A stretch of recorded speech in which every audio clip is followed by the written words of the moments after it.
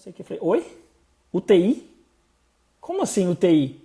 Não, é que a gente precisa fazer alguns exames aqui, porque você tá com suspeita de um infarto. MaiolaCast, refletindo sobre a vida e contando umas histórias que me vêm na cabeça. Mas quando eu tinha 30 anos, foi entre outubro e novembro de 2014, eu tava trabalhando, igual eu tô aqui, tem um computador aqui que vocês não estão vendo, mas assim, eu tava trabalhando assim, no computador, fazendo uma coisa. Trabalhava no banco. De repente eu falei... Na verdade eu não lembro, foi aqui.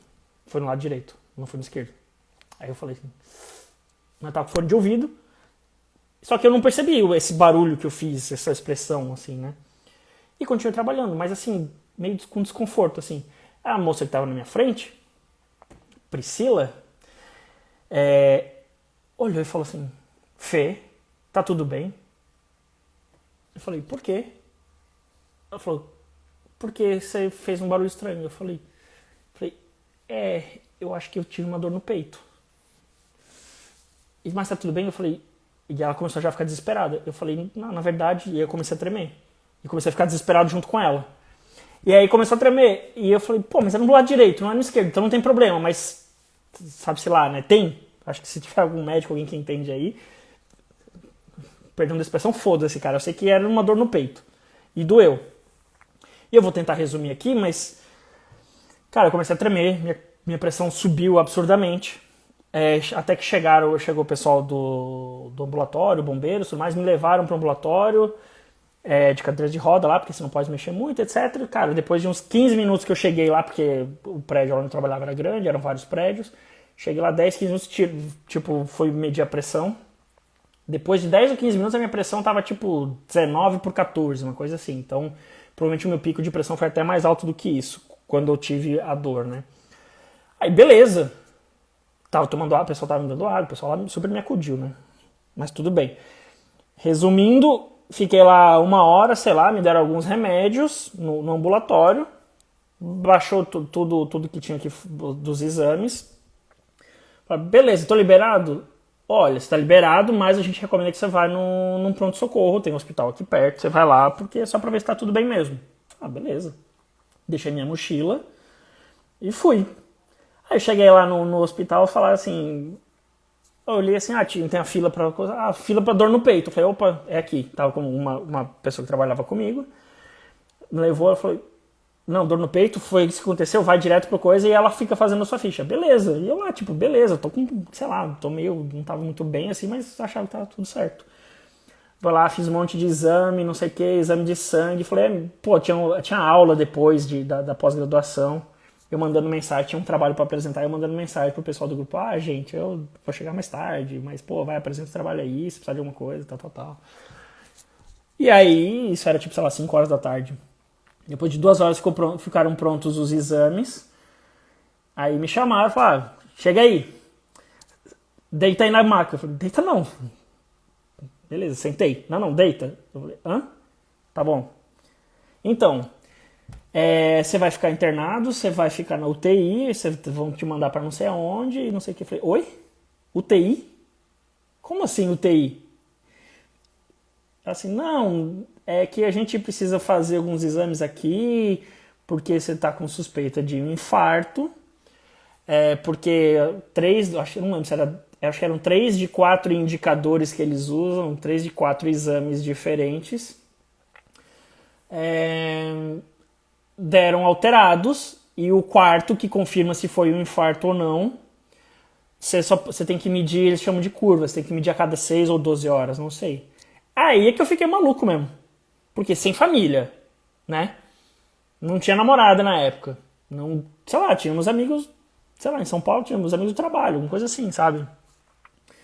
Eu surtei. Aí minha pressão foi lá para as alturas de novo. Eu falei, não, mas peraí, vocês estão me enganando, o que é? Vocês não querem me contar alguma coisa? Porque eu tenho um negócio muito mais sério, mas eu tô me sentindo bem. E, cara, calma, vai dar tudo certo, não sei o que. Eu falei, puta que pariu.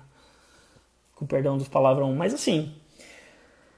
Resumindo, depois eu já tinha cardiologista na época, eu tenho, né, até hoje. Faço acompanhamento há mais de 10 anos, já todo ano. E eu falei, fodeu, né, na época. Só que ela, aí minha cardiologista é tipo irmã de um, tipo é amiga minha, né, irmã de um amigo meu, e mora em São Paulo, me atendia lá em São Paulo. E ao me atender lá em São Paulo, e a gente, cara, eu mandei mensagem pra ela, eu falei, Dani, pelo amor de Deus, estão querendo me internar aqui porque eu tô com uma suspeita de infarto, eu não tô entendendo, acho que estão escondendo alguma coisa de mim. Aí ela, e eu ia ficar sem bateria no celular, ia ficar incomunicável, eu falei, eu vou ficar na UTI, sei lá quanto tempo que se fica na UTI. Sem celular, porque minha mochila com carregador tinha ficado no banco, no trabalho. Eu falei, fudeu, eu só precisava dar um jeito de falar com alguém conhecido. Aí foi a minha cardiologista que depois ela chegou lá, mais tarde, ela me acalmou, falou, não, é isso mesmo, esse é o procedimento, mas tá tudo bem. Teus exames realmente deram bem alterados, é bem preocupante. Mas assim, eu acho que ela falou só pra me tranquilizar, né? Ela falou, não, mas fica tranquilo que esse é o procedimento. Eu falei, mas então, por que se é de 12 em 12 horas, mede aqui, não precisa me botar na UTI. Não, mas isso aqui é procedimento. Eu falei, mas UTI, não pode ter ninguém, não pode, sabe? Enfim, resumindo, fiquei 2 noites na UTI. Na terceira noite eu fui pro quarto, eu vim embora. Tinha uma amiga lá comigo, que aí, tipo, eu consegui chamar uma amiga que não estava trabalhando, ela pôde me ajudar nesses dias. E aí foi isso, 30 anos de idade. Eu falei, fudeu. Tô louco, eu quase tive um piripaque. Só que aí é muito louco, né? Porque eu já fazia... Você começa a ficar com umas coisas meio que são paradoxais. Do tipo, tem que cuidar com a alimentação e fazer esporte, né? Pra evitar problemas do coração. Mas, cara, comer é uma coisa que me faz muito feliz. Comer besteira. Tipo, as coisas que eu não poderia comer são as coisas que me fazem feliz. Fazer esporte me faz feliz, e é o que... isso realmente eu faço sempre. Isso nunca foi problema. Mas, você fala assim, beleza, então, se eu for morrer logo, eu quero morrer feliz. Então deixa eu comer. Já que eu não tenho tanto controle sobre isso. Mas, ao mesmo tempo, porra, eu não quero morrer, então eu não posso comer.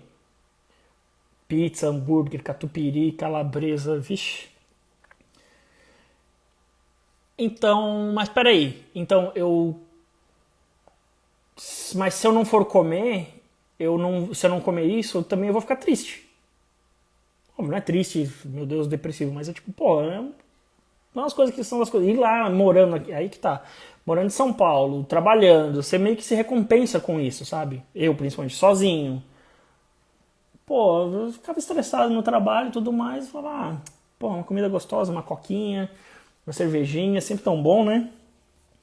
Então, aí é muito paradoxal, que você fica numa neura do tipo, beleza, eu vou ser feliz e talvez morra logo, ou eu vou me cuidar, mas tipo, não vou me permitir, tipo, ter meus prazeres, aí tipo, que graça tem, tá? Eu tô sendo bem dramático aqui, apesar de ser de gêmeos, tô dando uma de canceriano, mas tô resumindo, né?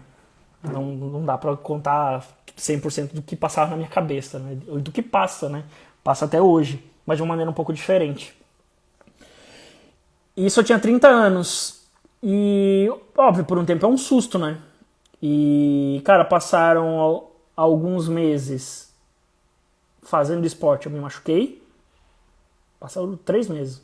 Machuquei o joelho. Tive que fazer cirurgia. Fiquei praticamente 2 anos sem fazer exercício e comendo muito. O que aconteceu? Muito estressado com o trabalho, porque eu estava me dedicando muito, que era o que eu podia fazer, não podia fazer mais nada, porque não podia...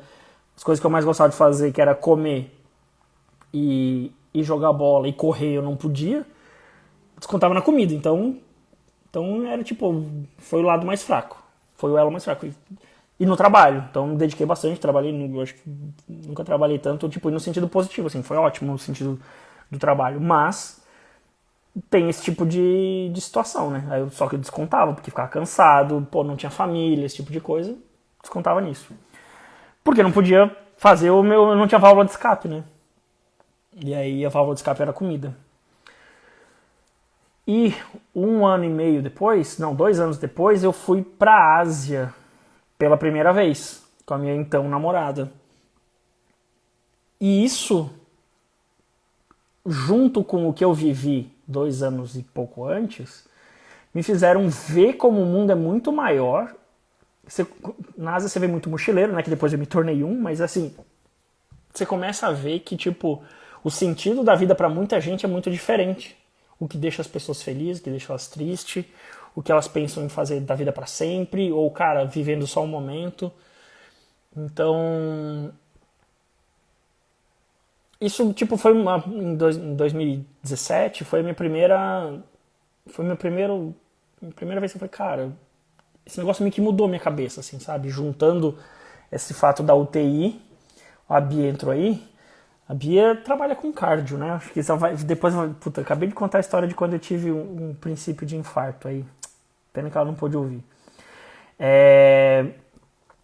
E aí, enfim, e eu comecei a fazer o que eu chamo de ressignificar a vida. De falar assim, cara, o que eu tô fazendo da minha vida? Que eu fico nessa neura de dormir mal, comer mal, não poder fazer nada, trabalhar pra caramba. É um cristalzinho, praticamente. Que foi o que a Paula escreveu aí. E aí, Bia, pra você ter uma ideia, o que estava alterado pra mim era o meu, esqueci o nome, ecocardiograma, eletro. Poxa, foi travar justo agora? Não, mano, pelo amor de Deus. Não.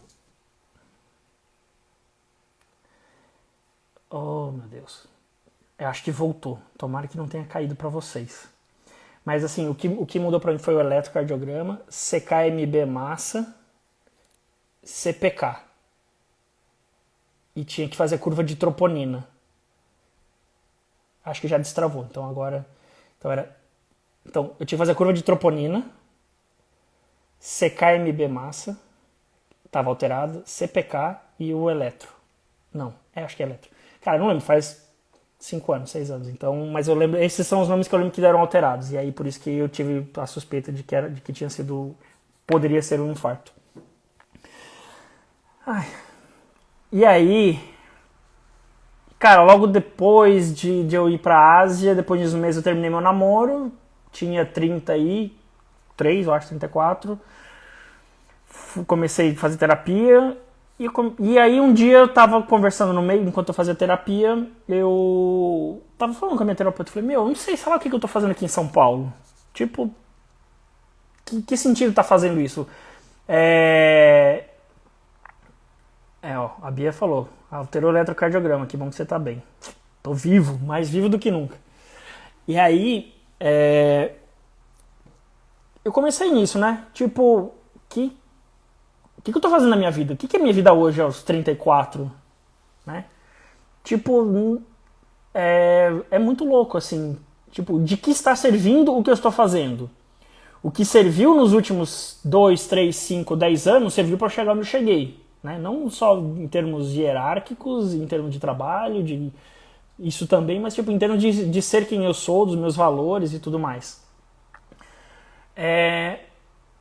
Mas, cara, quem eu vou ser daqui a 5 anos, né? E aí, tem algumas perguntas que me fizeram, eu vou ler aqui e isso vai responder, né? Me perguntaram, por exemplo,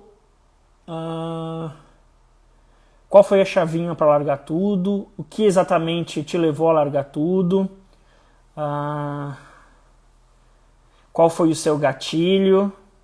E essas perguntas eu respondo com, cara, eu olhar pra minha vida e falar assim, beleza, essa vida que eu levo, ela faz sentido hoje. E fez sentido até hoje, mas ela não vai fazer sentido daqui pra frente. Aos 34 anos que eu tinha na época. Foi antes de eu ir pra Copa da Rússia. E eu falei, cara, se a minha vida não faz sentido assim, né? Ela fez porque é tudo um processo, mas ela não vai fazer daqui pra frente, por que eu vou continuar? Né?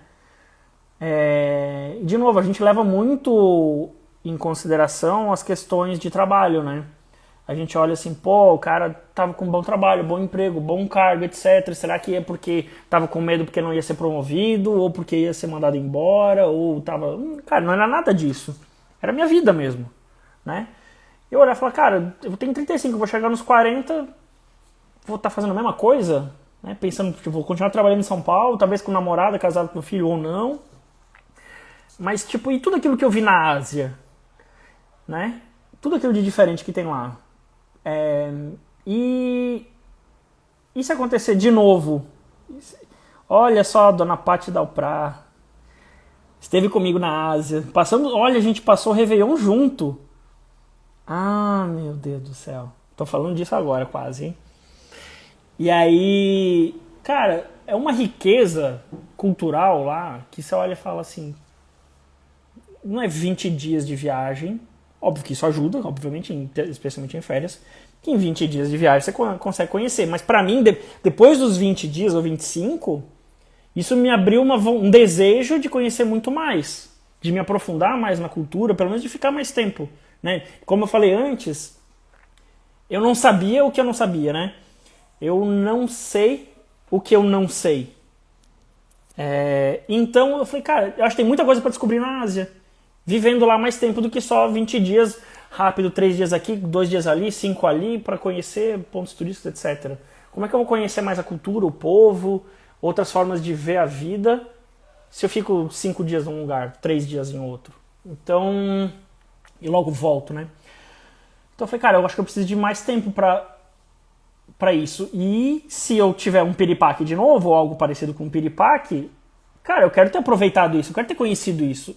Isso me despertou um desejo de falar assim, cara, se eu morrer antes dos 40, eu não quero passar por essa vida sem ter vivido essa experiência.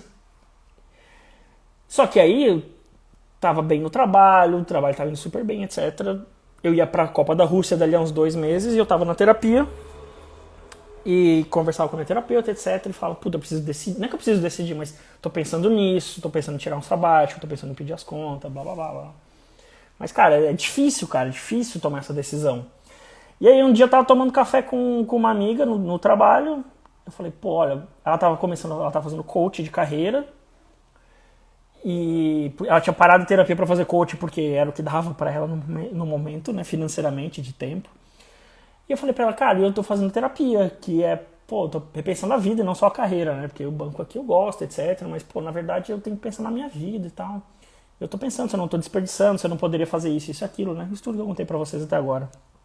E ela falou, e por que você não vai? Eu falei,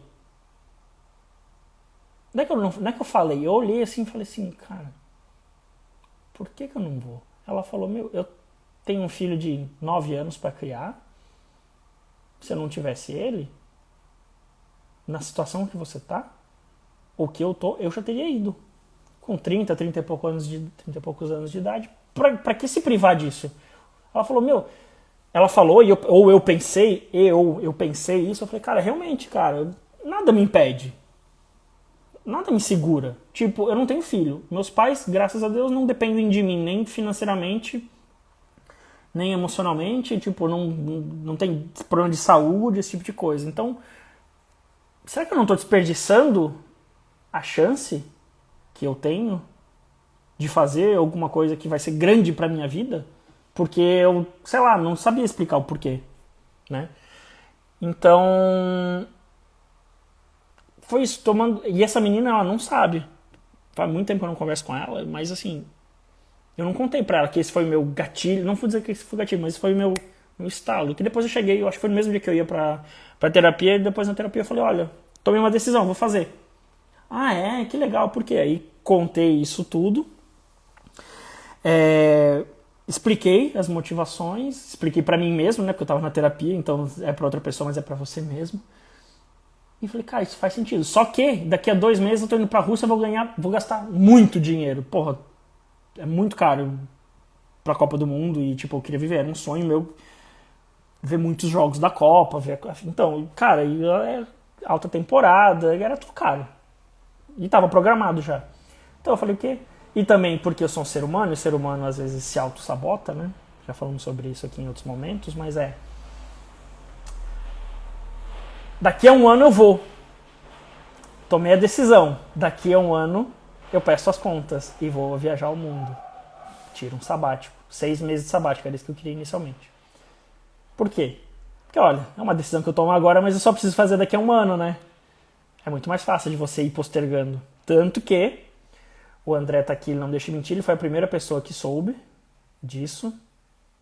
A gente teve conversas lá, a gente trabalhava junto, a gente teve umas conversas que eu um pouco mais sérias, eu contei pra ele. Eu falei, cara, eu tô pensando, não sei o que, vai ser em março. Em março, quando, cara, fechar o ano aí, né, que fecha o ano em termos de avaliações e tudo mais, e aí no trabalho, e eu falei, no máximo em abril eu tô saindo, pra poder viajar no final de abril, começo de maio. O que aconteceu, cara? Chegou na hora, em março eu não tinha nem contato com meus pais ainda. Porque não é fácil, né? E aí. Mas, cara, chegou uma hora eu falei, cara, eu preciso. E aí comecei a contar pra uma pessoa aqui, outra ali, e aí eu fui criando essa coragem dentro de mim, contando pros outros. Tinha contado pro André já, que tá aí mostrando mandando emoji. E. Porque eu falo, cara, se eu contar pra mais pessoas, talvez eu me sinta obrigado a fazer.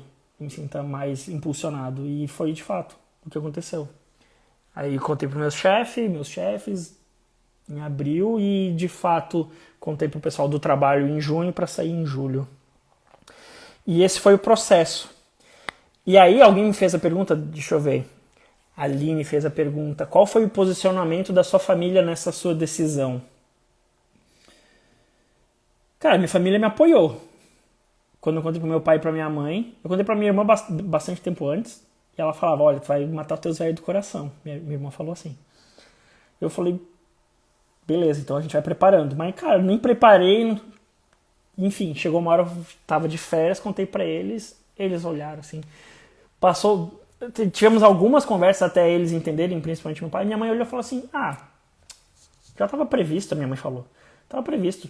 Porque minha mãe ia me visitar de vez em quando em São Paulo, a cada 2, 3 meses ela aparecia lá, ficava 2, 3 dias. Ela falou, tava na cara que tu não tava feliz no que tu tava fazendo, então era normal que tu fosse fazer alguma coisa, porque tu não consegue ficar muito tempo infeliz nas coisas, assim, tal. Tá bom. E meu pai assim, mas depois de tanto tempo trabalhando, tá num cargo bom, não sei o quê. Então meu pai até entender isso, esse processo, foram alguns dias conversando, e eu explicando todo o meu racional, inclusive, especialmente em relação à segurança financeira, isso tanto para meu pai quanto para minha mãe, porque, cara, 35 anos de idade, você chegar e falar assim, beleza, vou largar tudo, o que as pessoas entendem? E mesmo meus pais que me conheciam, me conhecem, pode ter receios, óbvio, meus pais olharam e falaram, cara, você vai largar tudo pro alto, não vai mais trabalhar, vai ser um vagabundo na vida? Não que fosse um problema, mas na cabeça deles, isso de uma hora para outra, você estava tão bem no trabalho, etc, etc. Será que não tem outra saída? Acho que essa era a visão deles, né? E eu falei, não, dinheiro não é problema, eu tenho dinheiro guardado, etc, etc. E, cara, eu sou um bom profissional.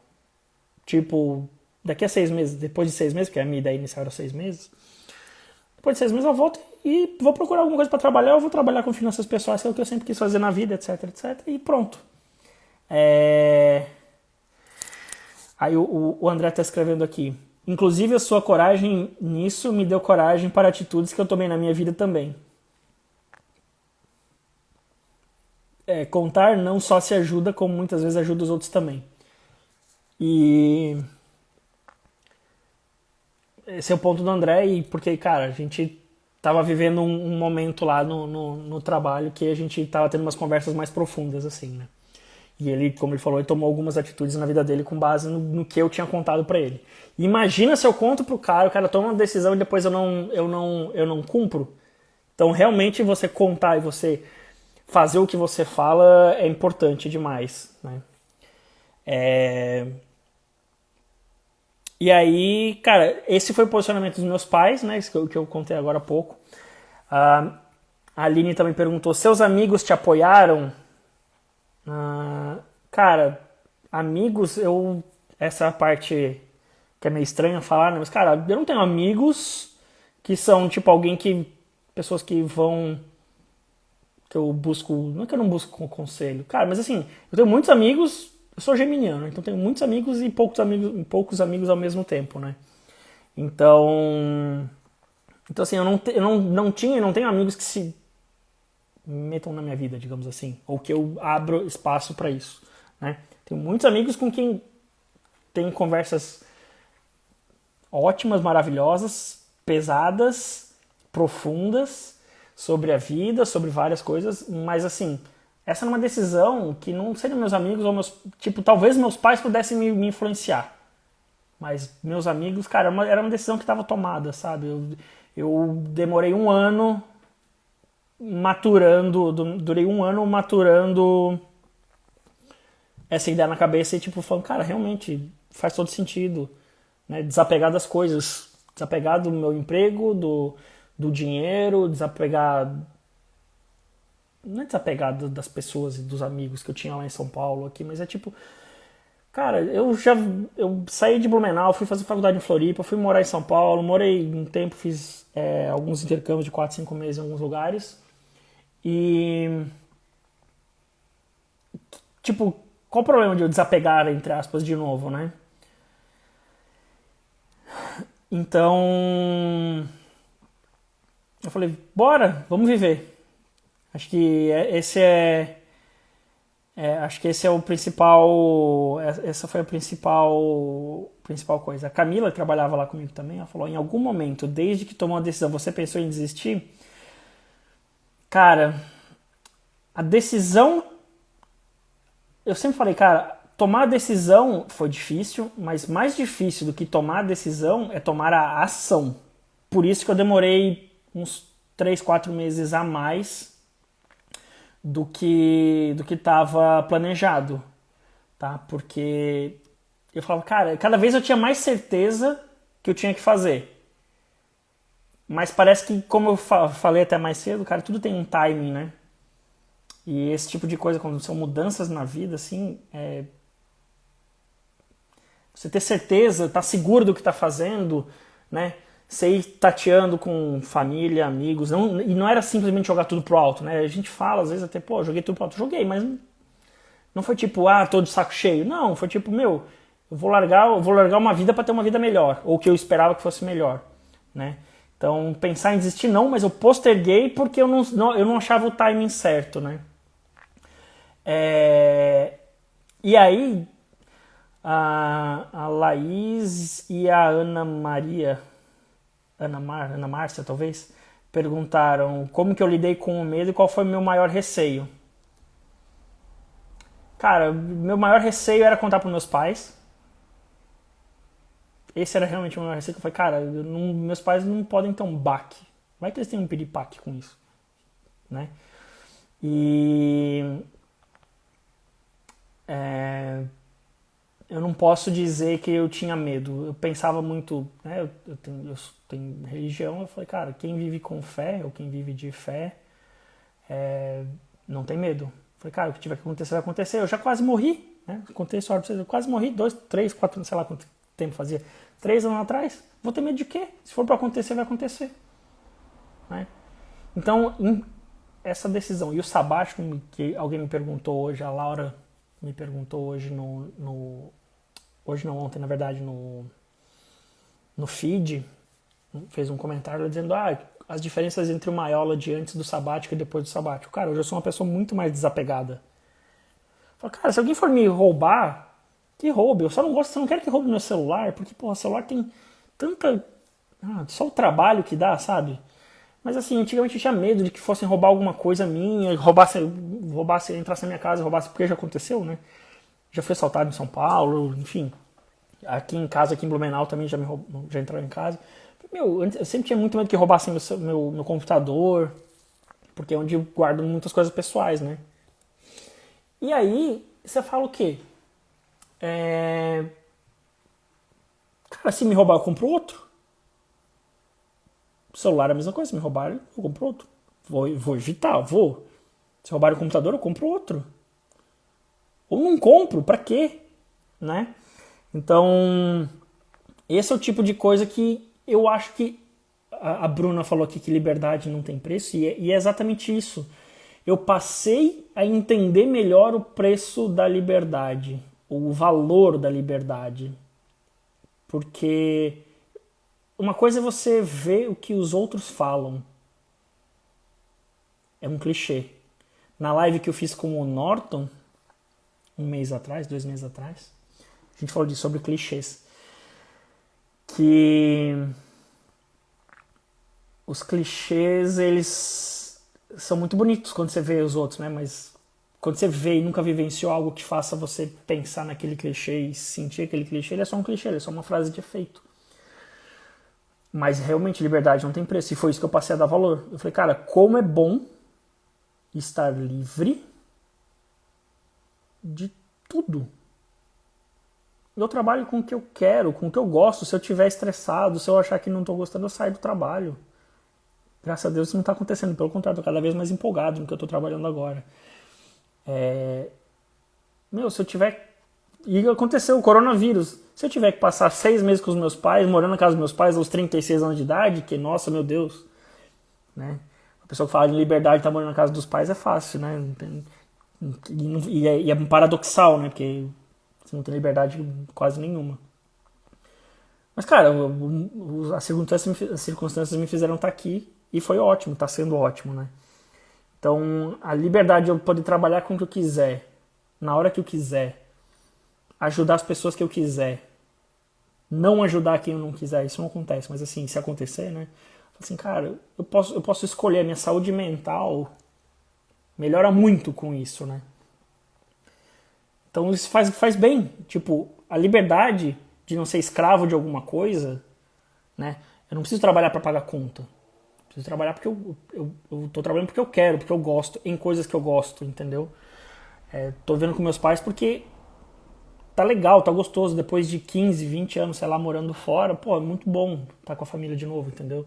E daqui a um tempo, se eu tiver que viajar em setembro, outubro, novembro, dezembro, janeiro, fevereiro, só ano que vem, eu tô livre. E isso não tem preço. Tem um preço financeiro? Tem. Mas eu preparei 15 anos para isso. Né? Como eu falei, eu descobri que isso fez sentido na minha vida em março ou abril. Mas, de fato, me preparei a vida inteira para chegar nisso. Alguém mandou uma pergunta aqui, deixa eu ver como é que faz para colocar. A Bia perguntou: você não sentia falta do conforto da própria casa? Cara, eu sou chato, cara, com casa. Eu gosto muito. Gostava muito da minha casa onde eu morava, sozinho, sabe? Tô aqui, faz 2 semanas que meus pais estão na casa da minha irmã, eu tô sozinho em casa, só com a gata, só com a mocinha, 2 semanas. Cara, deixar a casa do meu jeito, realmente, meu jeito no sentido bagunçado mesmo, tá? Nos meus horários, eu lavo a louça quando eu quero, cara, isso eu sinto falta. Mas era o preço que eu tinha que pagar de viver em hostel. Viver em hostel de quarto compartilhado, tudo compartilhado, né? Banheiro, dormindo em beliche. E eu achava que eu tinha muito preconceito com isso antes. Isso é uma coisa que eu mudei também. Cara, hoje eu olho e falo, cara, hostel, da hora. Tomara que as pessoas do hostel sejam legais, né? Só que eu realmente preciso de um pouco de... Eu preciso de um pouco de espaço de vez em quando. Então, eu como mochileiro passava 3, 4 semanas em hostel, mas, cara, tirava uns 3, 4, 5 dias pra ficar num quarto privado. Às vezes em hostel mesmo, que também tem. Num quarto privado, com banheiro privado, que é quase um hotel. Mas, cara, eu preciso fazer uma bagunça, sabe? Preciso jogar minhas coisas. Então, isso realmente é algo que eu sentia falta. Mas você aprende você aprende a desapegar desse conforto quando você vê o que você ganha com isso, né? De novo, é outro clichê, né? E, cara, óbvio, viajar com luxo é muito bom, né? Minha vida inteira foi assim, não altos luxos, né? Mas, cara, dividir banheiro, puta, cara, dividir banheiro é foda, né? Dividir quarto é foda, pra quem... Eu não tenho tanto problema com dormir, pelo menos, mas assim... Mas, na média, a experiência de vida de você conhecer pessoas em hostel, cara, é sensacional, assim, ó, Eu conheci, cara, pessoas maravilhosas, assim, ó, sabe, em hostel. Porque eu abri mão do meu conforto. Até porque tem que, né? É impossível você fazer uma viagem de longo prazo de mais do que 3, 4, 5 meses só ficar em hotel. Você precisa gastar um pouco mais gastar um pouco mais. Cara, fica muito mais caro você pagar hotel, né? Bruna, legal que você teve coragem para tomar essa decisão. Às vezes a gente vai só vivendo a vida no automático. Precisamos de umas sacudidas às vezes. Precisamos de umas sacudidas, uns tapas na cara, às vezes um tapas na cara da gente mesmo, ou não sei se você estava aqui quando eu contei, ou às vezes um princípio de infarto também ajuda, né? A gente refletir, principalmente. E a gente sai muito... E eu acho que terapia ajuda muito, porque na terapia você tem alguém te ajudando no seu autoconhecimento, né? Então, te ajudando a entender se o que você está sentindo é medo, se é resistência, se é apego, se é... Cara, o que que é, né? O que que tá te motivando a ter esse sentimento e por que que você não faz o que você quer fazer, né? Então, a coragem, ela é muito mais... Ela vem muito mais... Eu acho que eu postei hoje, né? A coragem vem muito mais quando você pensa, cara, para eu continuar minha vida no automático, eu vou precisar... Vai ser muito fácil eu continuar minha vida no automático. Mas quem eu vou ser daqui a 5 anos, eu não quero ser. Opa, qual que é a minha situação? É fazer alguma coisa diferente, é mudar, né? Então, de novo, isso não é aos 25, 23 anos de idade. Foi aos 35, depois de viver muitas outras coisas também. Então, acho que assim que eu enxergo essa coisa. Cada um tem um timing, né? Pra mim foi aos 34, 35. Pros outros pode ser aos 25, pode ser aos 45, pode.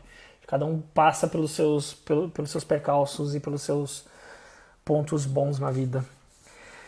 E aí, para finalizar, os outros eu vou contar muito rapidamente as minhas duas outras quase mortes que eu já contei. Tá no Sexta que Lá Vem História, os dois, acho que os dois estão nos destaques, né? Mas a segunda, na verdade, quase morte, eu tinha 2 anos de idade, fui atropelado por um Fusca. Eu tava andando de Velotrol, como que chama? A gente chama de motoca aqui, aquelas de plástico pequenininha, né? Tava andando lá no condomínio e um Fusca não viu e passou por cima de mim. E não é porque eu fui atropelado, né? Que eu digo, foi uma quase morte, porque literalmente o carro passou por cima de mim, né? E aí a roda não passou. Cara, eu não sei porque isso é o que me contam, né? Eu tenho flashes de 2 imagens, uma imagem. Mas eu tava embaixo o flash que eu tenho é que eu tava embaixo do carro e via pés e pessoas abaixadas olhando, assim. Não faço ideia quem eram, mas isso é a única imagem que eu tenho na cabeça. Tinha 2 anos de idade. E o tipo assim, o guidão é o negócio é de plástico, né? A motoca é de plástico, mas o guidão é de ferro. E né, era tipo paralelepípedo. E aí quando o carro passou por cima, era um morrinho assim, o cara tava descendo, o Fusca tem o famoso capô de Fusca e não me viu, porque era pequeno. Era um morro pra baixo, tipo assim, era um morro pra baixo. E o cara tem o capô do Fusca na frente, o cara não me viu. Chacoalhou um pouco e aí, de repente começou a rodar a roda em falso. Por quê? Porque o guidão tava assim e enganchou no meio do paralelepípedo, né? De 2 pedras de paralelepípedo. E aí fez uma alavanca e começou a roda rodar em falso. E aí, assim, o cara percebeu que tinha uma coisa maior do que só uma pedra, por exemplo, que ele tava passando em cima. E aí, meu Deus, eu sei que todo mundo saiu correndo lá se chamando. O Fernando, minha mãe ficou maluca, porque todo mundo saiu correndo lá. O Fernando foi atropelado, não sei o quê. Eu sei que eu fiquei todo enfaixado, parecia uma múmia, pelo que me contam. E essa foi a minha segunda quase morte. E a primeira foi quando eu tinha 10 meses de idade, que aqui em Blumenau sempre tem muita enchente, né? E, cara, tratamento, saneamento básico 35 anos atrás era bem diferente, né? Não tinha tanto. Então eu tive amebíase, né? Ameba, sei lá, tomei alguma coisa, ou peguei do leite da minha mãe, não sei. Tinha 10 meses de idade, e aí, enfim, passei mal, né, com a amebíase, fui pro hospital, fiquei lá uns dias, sei lá quanto tempo, tomava as injeções, e quando foi a vez de tomar a última injeção, puta, vai acabar a live. Eu tomei uma injeção me deram uma injeção tive uma infecção hospitalar, estava contaminada a agulha. E em a agulha estando contaminada, eu tive septicemia, que é uma infecção generalizada no sangue, muito difícil de reverter. Eu tive um choque anafilático. Minha mãe estava do meu lado lá, enquanto eu estava tomando a medicação lá. Tive um choque anafilático, ela disse que eu fiquei azul, tremendo, depois de 5, 10 minutos depois de tomar a injeção. E, enfim, resumindo, isso gerou uma septicemia, uma infecção generalizada, quase morri. Literalmente, literalmente eu quase morri, quase fui pro outro lado mesmo. Tadinha da minha mãe, realmente, como o pessoal tá dizendo.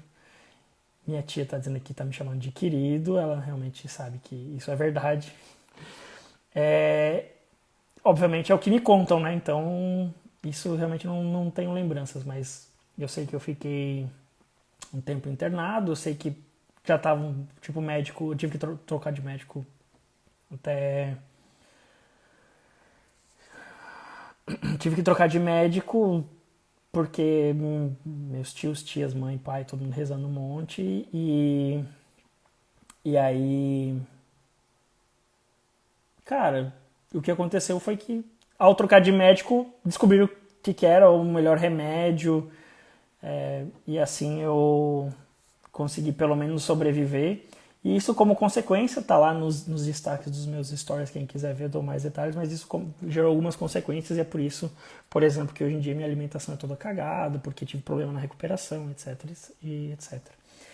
Tá terminando a live, e aí como diz a Graciele aqui, depois disso tudo, largar o emprego foi tranquilo. Pois é, e aí esse era o grande objetivo da live de hoje, vocês perceberem que, cara, eu tive algumas histórias que me fizeram ressignificar a vida, então...